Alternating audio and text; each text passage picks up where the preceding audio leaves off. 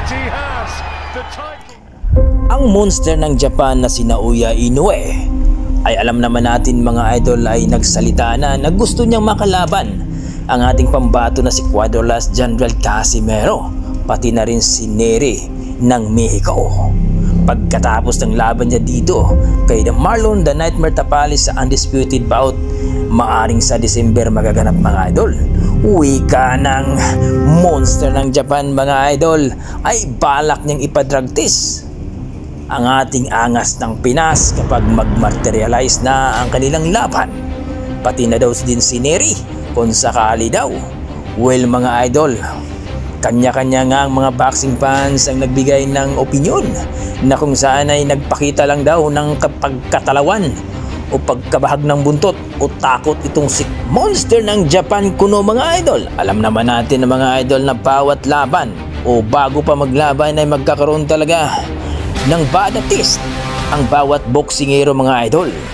Well mga idol, marami nga nagsasabi o mga boxing fans hati ang kanilang mga opinyon sapagkat sinabi nila nagpapakita lang daw talaga ng pagkatalawan itong si Naoya Inoue, kung baga naninigurado na parang sobrang takot na lang sa ating pambato na si Cuadrolas Casimero. Ginagamit pa niya si Neri, pero alam naman daw ng lahat na takot ito kay Cuadrolas Casimero mula pa ng 2020 hanggang ngayon ay 2023 na. Maalala natin mga idol ay sila mismo itong si Naoya Inoue at ang kanyang manager na nagsasabi na gusto nilang labanan si Cuadrolas Casimero or si Neri daw. Well mga idol, ngayong 2024 pagkatapos daw ng laban dito kay Tapales, kung baga mga idol may nadagdag pa nga sa listahan, si Morjon Akmadalim ay gusto daw din niya makalaban. Well mga idol, kulang na lang sasabihin ni Naoya Inoue ay hindi ko lalabanan si Casimero. Dahil alam naman natin mga idol, mula pa noon hanggang ngayon ay takot na takot talaga itong monster ng Japan sa ating pambato na si Alas.